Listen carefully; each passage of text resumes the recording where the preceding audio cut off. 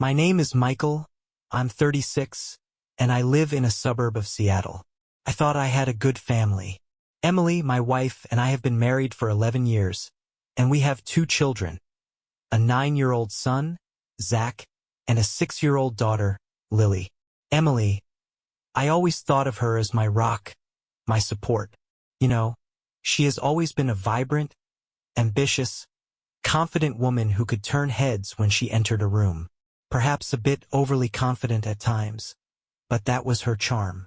I work as a software engineer at a large company, sometimes taking on projects from home to spend more time with the family.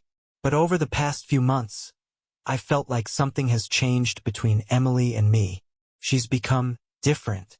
We used to talk for hours about everything: work, the kids, our future. Now it feels more like formality. How was your day? Did Zach finish his homework? Are you picking up Lily from dance? Just routine. Also, she's suddenly become obsessed with her body. Not that it's unusual. After having kids, Emily always said she wanted to get back in shape. But lately, her fitness routine has turned into a mini obsession. A new membership at an expensive gym, a personal trainer named Jason, a new wardrobe for workouts. She started spending loads of money on dietary supplements and even consultations with a nutritionist. I wasn't against it, self-care is important, but the expenses felt a bit excessive. I first noticed Emily's strange behavior about 3 months ago. She started spending more time away from home. Sometimes she'd say she was going to the gym but wouldn't return for hours. Her phone was often on silent, and it seemed like she made a point not to leave it unattended. If before she could leave it on the kitchen counter or in the bedroom, now it was always within her reach. I even tried joking about it once, saying, "You love that phone so much, it's like you're married to it." But she just brushed it off, saying, "Not funny." Even her laughter changed. It became dry, tense. I remember the first time she mentioned Jason. It was during dinner. "Oh, our new trainer at the gym is amazing. He made me do 50 squats, and I can barely move." At the time, it seemed like casual conversation. I was happy for her. Great. She's passionate about her health. But each week, Jason's name came up more and more. Jason says I need to do more cardio. Jason showed me how to work on my abs properly. Jason thinks I can make great progress. It was odd. I started noting these moments. She spoke about him with such passion, such admiration. Something I hadn't seen in her eyes for me in a long time. And it wasn't just that. She started putting more effort into her appearance. Before, when we went out for dinner or visited friends, she'd spend 15 to 20 minutes on her hair and makeup. Now, even for the gym, she got ready like she was going on a date. New makeup, new hairstyle, new workout clothes that clung to her body like a second skin. And perhaps the worst part, she stopped showing interest in me. I tried to ignore it, explaining it all away as her new passion. But there was something more. Something that kept nagging at the back of my mind. One evening, when she was at the gym, I tried calling her. She didn't pick up. I sent a few messages. No response. She came home around 11 p.m., sweaty and flushed like a tomato. But something about her seemed fake. I asked why she hadn't answered my calls, and she just laughed. "Oh, Michael, I was so busy I didn't even notice. We were doing a new leg program, and Jason really pushed us." It didn't sound convincing. I knew Emily. She always paid attention to her phone. But I stayed quiet. I didn't want to create conflict over nothing. The last straw was how she started changing our plans. She used to love Friday nights at home, watching movies together, cooking something delicious, playing with the kids. But now Fridays had become gym days. She claimed those training sessions were the most effective. And instead of family evenings, I found myself alone with the kids. Deep down, I already suspected something, but I was afraid to even consider it. Because when you love someone for 11 years, you can't imagine that this person could betray you. Deep inside, I knew something was wrong. But like many of us, I tried to avoid those thoughts. Because what would they mean?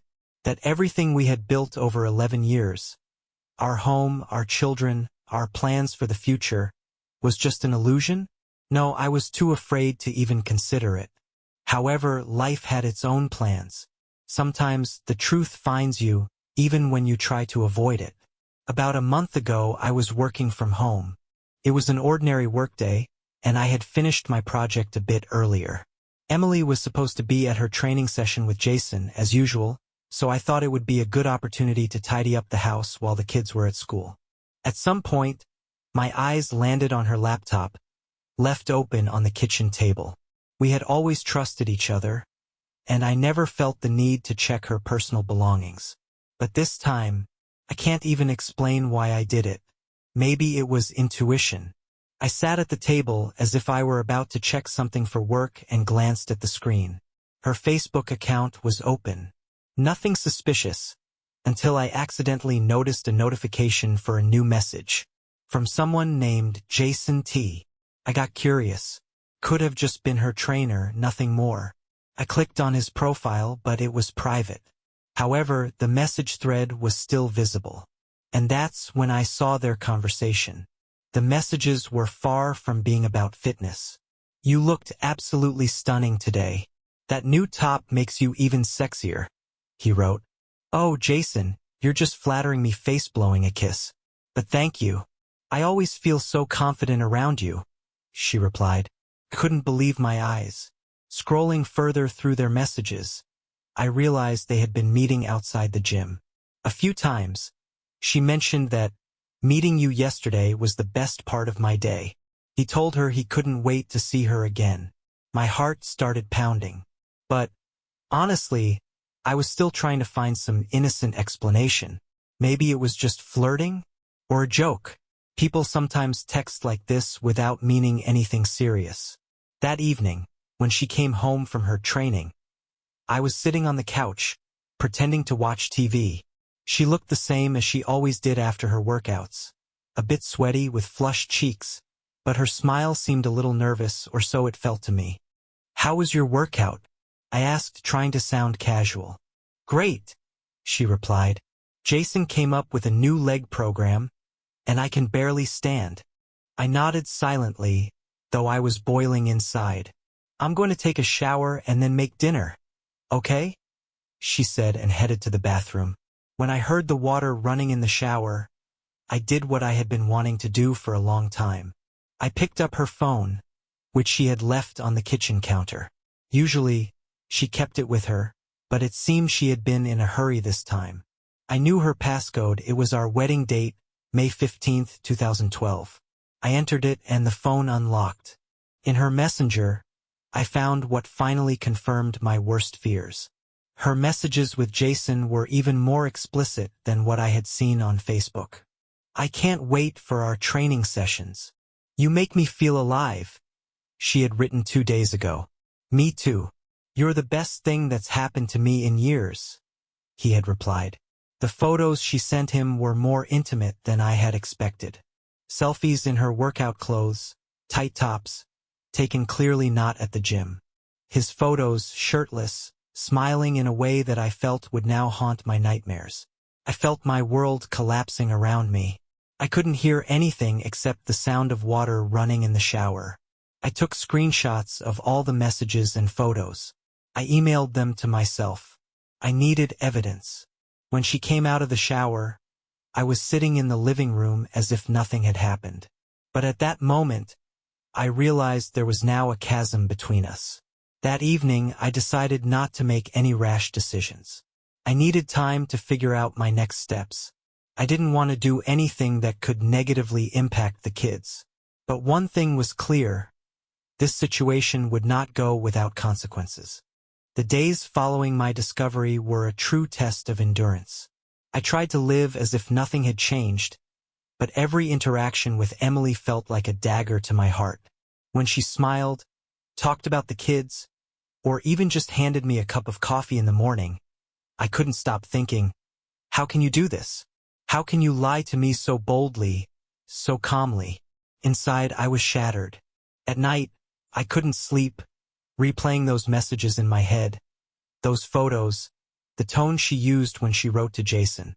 This wasn't just harmless flirting or a passing folly. It was a relationship. Real, emotional, and possibly physical. And I had no idea how to stop it. I knew a confrontation was inevitable, but I needed a plan. I decided to wait to gather more information. My reasoning was simple. If she had been lying to me for so long and with such confidence, she would likely have an answer ready the first time I confronted her. I needed evidence so irrefutable that she wouldn't even try to deny it. I installed a program on her phone, a tool I'd written myself, that recorded calls and tracked her location. It wasn't fair, but at that point I no longer cared about ethics. I had to know the truth. And the truth didn't take long to surface. A few days later, after another training session, I saw that she hadn't gone home but instead to a house across town. I looked up the address and discovered it was a rented apartment. My mind immediately conjured the worst scenarios. That evening, when she came home, I asked her again how her workout went. She smiled and said something like, "It was tough today, but Jason said I'm making great progress."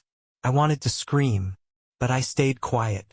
The following day, I received a recording of her call with Jason. Her voice was soft, tender, but it wasn't for me. "I miss you so much," she said to him. "Our time together feels like an escape from this dull life. I don't know what I'd do without you." Jason replied, "It's hard for me too, but we have to be careful. If your husband finds out, it could ruin everything." That was the last straw. That night, after the kids were asleep, I decided I couldn't keep this to myself any longer. I asked her to sit down in the kitchen, pretending it was just a casual conversation.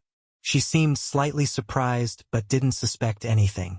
"Emily," I began, trying to keep my voice as steady as possible, "I need to have a serious talk with you." "Oh, that sounds ominous," she joked, but her expression turned serious when she saw the look on my face. "Is there something you'd like to tell me?" She looked at me, and for a moment, I saw fear in her eyes, but it was fleeting. She quickly regained her composure. "What are you talking about, Michael? What do you mean?" "About Jason," I said bluntly. Her face froze. She paused, then let out a nervous laugh. "Jason? My trainer? What about him?" "I know about the two of you," I said firmly, looking straight into her eyes. Her smile vanished. She started denying it as I had expected. "You're crazy, Michael. What is this nonsense? Jason is my trainer. Nothing more." That's when I took out my phone and showed her the screenshots of her messages. I showed her the photos, the ones where they were together. Her face turned pale. "You went through my phone?" she exclaimed, trying to shift the focus. "Yes," I replied coldly. "And if I hadn't, you'd probably have continued lying to me for the rest of your life. Don't make this about me checking your phone. That doesn't change what you did." She tried to maintain her composure, but I could see her unraveling. "Fine," she finally said, crossing her arms. "We were just talking. Yes, I got a little carried away, but it doesn't mean anything. I love you, Michael. This is just a stupid mistake." I almost laughed in anger. "A mistake? You call this a mistake? Meeting him behind my back, lying about workouts, sending him photos, saying he's your escape from this dull life? That's a mistake." She nervously tried to explain. I just felt lonely, Michael.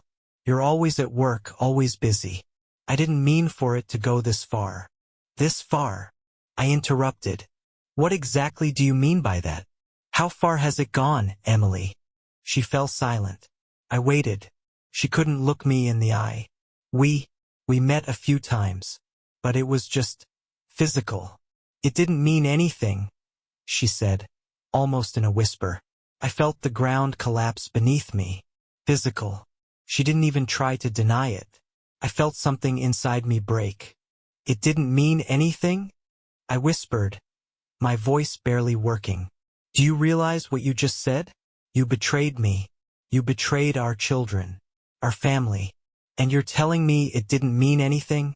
She started crying, but her tears didn't move me. They felt insincere. "Michael, I made a mistake.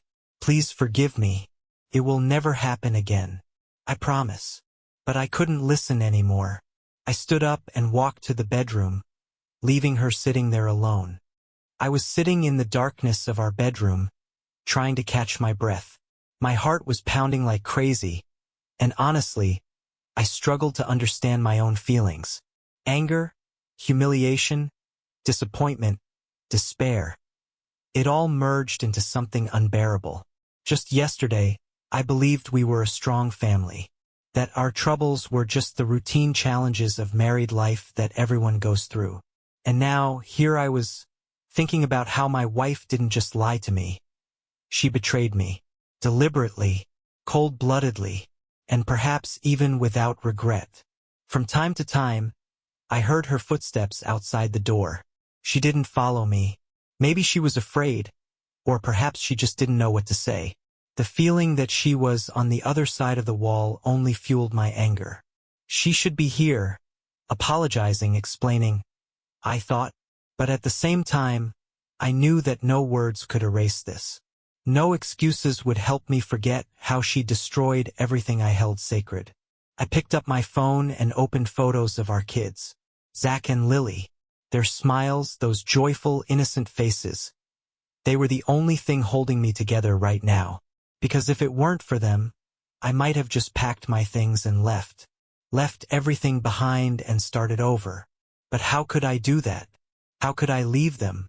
How could I let Emily, this woman who so easily wiped away our shared past, raise them alone? I knew they needed me. The next morning, I woke up without really having slept. I spent the entire night sitting in the bedroom, staring at the ceiling, replaying all our shared moments in my head. Our first meeting in college, our wedding, the birth of our children. All of it now felt fake. Or maybe it had only ever been real to me. Emily was no longer home. She had left a note on the kitchen table. Michael, I know I ruined everything yesterday. I can't find the words to express how deeply sorry I am. I've gone to my mom's for a few hours to give you some space. I'm so sorry. We'll talk when you're ready. I didn't care where she was. Maybe it was even better that she wasn't home. It gave me time to collect my thoughts. I made myself some coffee and went to the living room.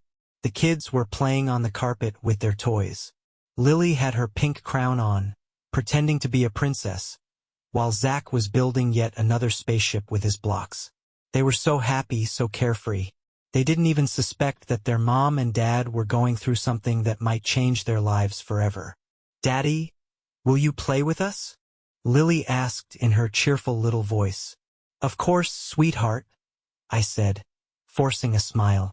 For an hour, we built a castle for her kingdom together. I did my best not to show my true feelings.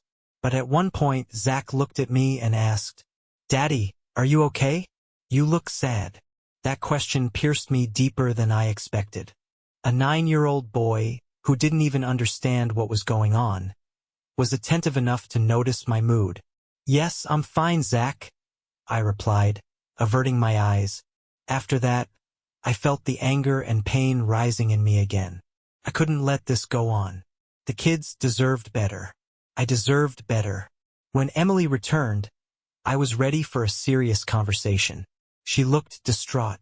Her eyes were red, likely from crying, and she avoided my gaze. Michael, she began, but I raised my hand to stop her. No, Emily, you listen to me first. Then you can speak. She sat across from me on the kitchen stool, lowering her head. You destroyed our family, I said, trying to keep my voice even. And I want to understand why. Why did you do it? What were you missing? I worked to provide for us. I tried to be a good husband and father. But apparently that wasn't enough. She looked at me with a trembling voice. It's not your fault, Michael. It's me. I felt unhappy. I don't know how to explain it. Our life became so predictable. I thought that was normal, but over time, it started suffocating me. Jason. He was just there when I felt lonely. I almost laughed. Lonely? Emily, you have a husband and 2 kids. How could you feel lonely? Why didn't you tell me about it? Why didn't you come to me, instead of going to him? She sighed. I don't know. I just made a mistake. A big mistake. I want to fix it. Please, Michael, give me a chance. We can get through this together. We can go to counseling. I'm willing to do anything to make this right. Those words might have sounded sincere, but they didn't bring me any relief. They didn't change anything, because I no longer trusted her. Emily, you betrayed me, not just physically but emotionally. You lied to me every day. You risked our family, our children. For what? To feel alive? How can I trust you after this? How can I even look at you without thinking about everything you've done? She began crying again, but I felt no pity. I don't know what will happen next, I said. But right now I can't be around you. I need to think. You can stay here for the kids, but between us, everything has changed. She tried to say something, but I stood up and went to the bedroom. In that moment, I realized our family would never be the same again. The few days following my conversation with Emily were pure chaos. I felt as though I was living in a vacuum. Everything around me, kids, work, daily chores, continued happening, but it all felt like it existed in some parallel reality. I functioned mechanically like a robot. I got up in the morning, made breakfast, took the kids to school, returned to work. But inside, everything was churning. Anger, pain, and endless questions for which I couldn't find answers. Emily tried to appear perfect. She stayed home all the time trying to be a good mom. She constantly said she wanted to rebuild our relationship. Michael, let's talk. We can get through this. I'll fix everything, she repeated over and over. But I didn't want to listen. I couldn't trust her anymore. Every time I looked at her, I was reminded of those photos, those messages, those words she had said to Jason. What made it worse was that Jason now seemed like a constant shadow looming over our lives. Every time Emily picked up her phone or left the house, I wondered if she was talking to him again. Even if she wasn't cheating on me now, I knew I could never be sure. A few days after our conversation, I started taking action. I knew I couldn't just sit and wait for things to resolve themselves. I met with a lawyer. I wanted to understand my rights and how to ensure the kids wouldn't suffer. The lawyer was empathetic, but his words were cold and professional. Michael, this is a complicated situation, but you need to decide what you want. If you choose to divorce, we can structure the paperwork to protect your interests. However, you'll need to gather more evidence. Emotions won't help here. We need facts. I realized that my feelings and pain were only part of the equation. If I wanted to protect my kids and myself, I needed a plan. That same day, I returned to my email. I went through all the screenshots I had saved. I even considered contacting Jason, but I realized it would only complicate things. He wasn't of interest to me. He was Emily's problem, not mine. As for her, I decided not to tell her about my meetings with the lawyer. I didn't want her to know how far along I already was in my plans. One of the hardest parts of this entire situation was how it would affect the kids. Zach and Lily were my top priority. I didn't want them to know what was happening between Emily and me. I didn't want them to lose their sense of family warmth and security. But at the same time, I knew they'd have to learn the truth eventually. One evening, when Emily went to the store, I decided to talk to Zach. He was older and mature enough to notice that something was going on. Zach, can you sit with me for a minute? I asked. He came over and sat next to me on the couch, holding his toy blocks in his hands. Dad, is something wrong? His straightforward question made me sigh deeply. I tried to collect my thoughts. Listen, son. You've probably noticed that something's been off between Mom and me lately. Your mom and we're going through a tough time. But this has nothing to do with you or Lily. We both love you more than anything in the world. Always remember that. Okay? He looked at me intently. Are you getting divorced? The question hit me straight in the heart. I don't know, Zach. We haven't decided yet. But I want you to know that no matter what happens, you'll always be safe. We'll always be here for you and Lily. He nodded and hugged me.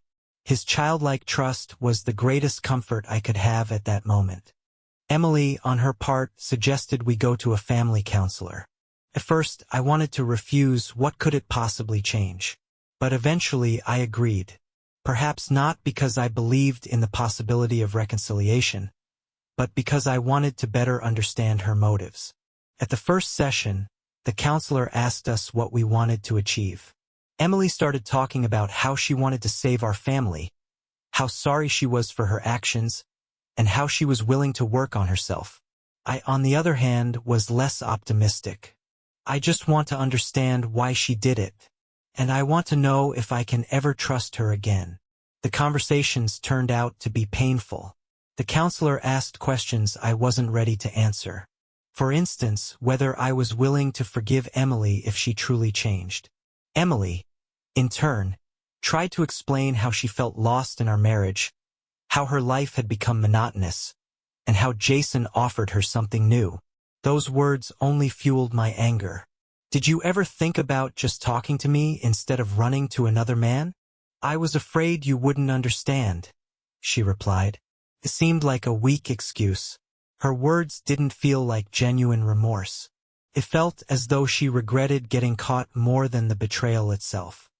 Emily, on her part, suggested we go to a family counselor. At first, I wanted to refuse. What could it possibly change?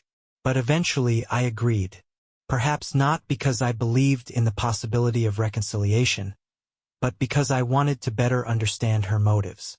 At the first session, the counselor asked us what we wanted to achieve. Emily started talking about how she wanted to save our family, how sorry she was for her actions, and how she was willing to work on herself. I, on the other hand, was less optimistic.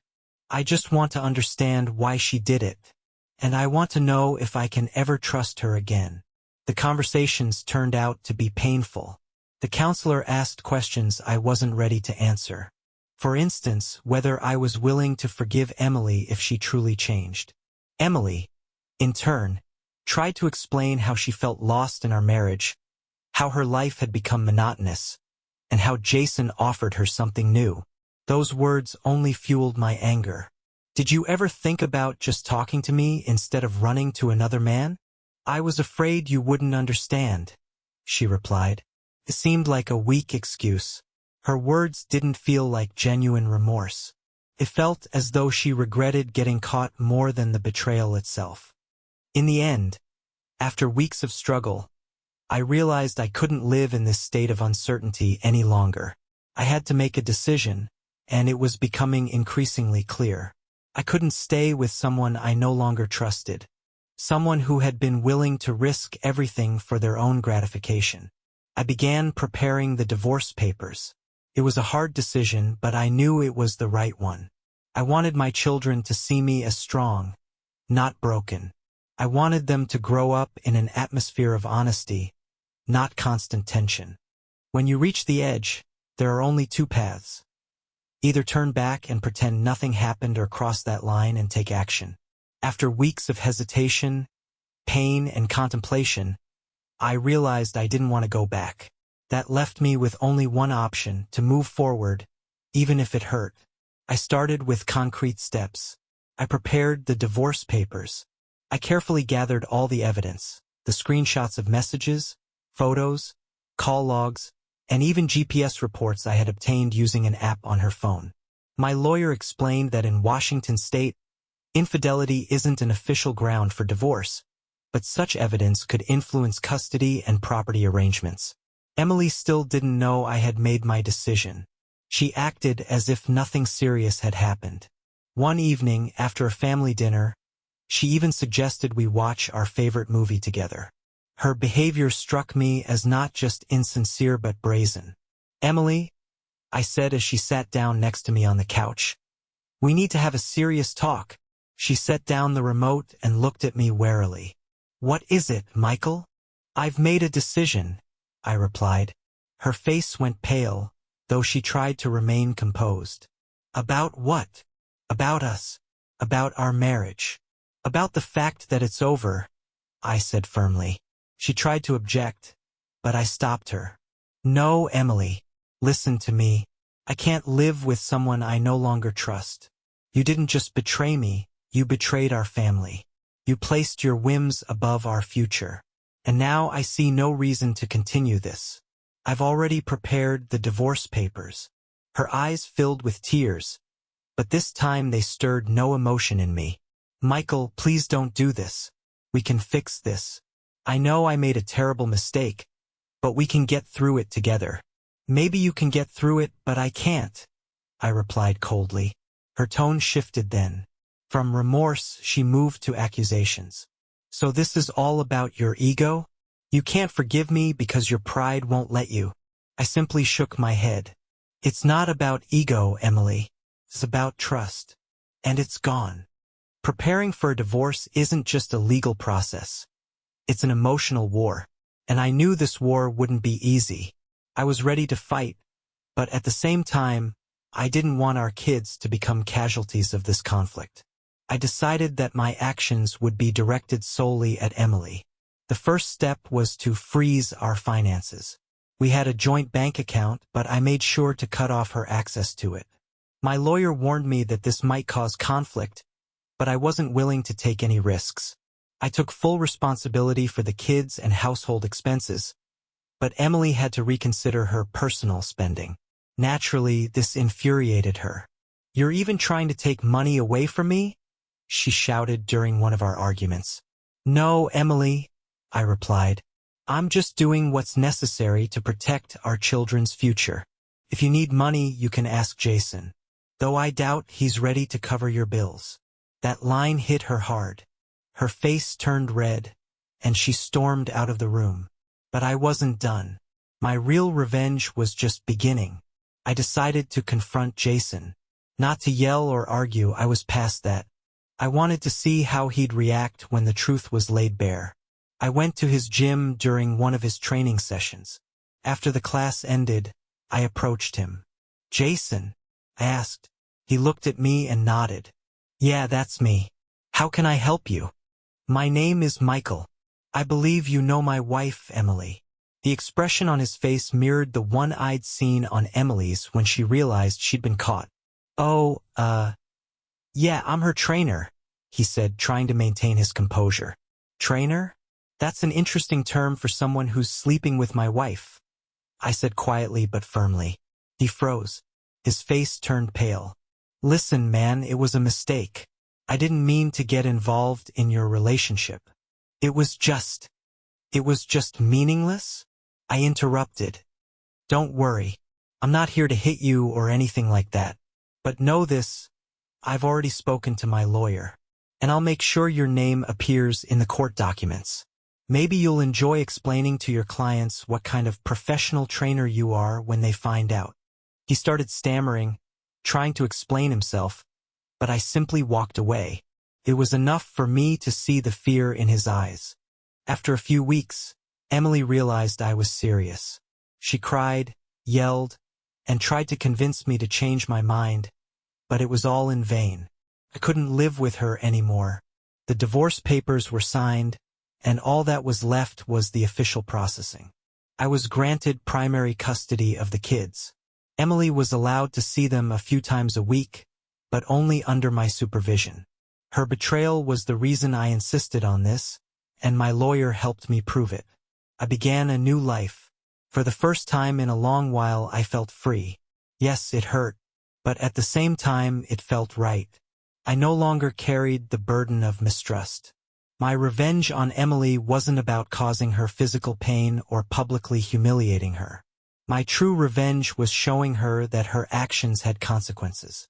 She lost her family, trust, and stability, and now she had to live with that. Did I do the right thing? Was divorce the only option?